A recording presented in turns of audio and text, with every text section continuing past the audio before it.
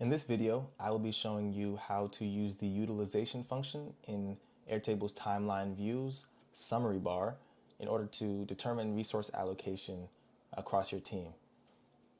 Okay, so we have our timeline view with all of our tasks grouped by the owner.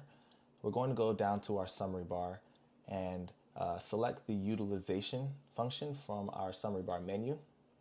The next thing we do is set the allocation. So the allocation is going to be essentially the value that, or it's going to be the number of hours, for in this case, that the user is assigned for each task for that particular week. You can also do it per day and per month. Then you'll set which field identifies the resource. So our owners are going to be the resource for this particular case.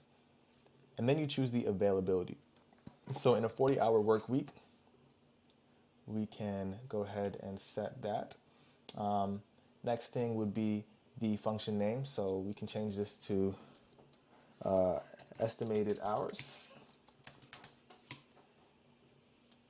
And then we can show either in the groups at this level, or we can show on the bottom summary bar here. And as you can see, I have a color in here.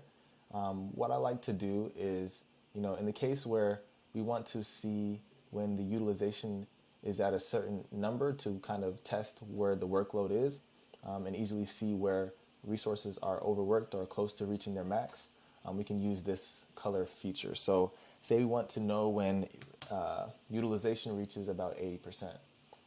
Any week where utilization is 80% or more, this is going, or above 80%, this is going to turn that summary bar orange. We can add a fallback color so that any other week would be green. So I'm going to change this to 50% just to make it a little bit better, a little bit easier to see. And I'm going to remove the summary bar on the bottom. Okay, so as you can see, we can easily scan through this list and see what weeks are overutilized, our resources are overutilized, and which weeks they are underutilized.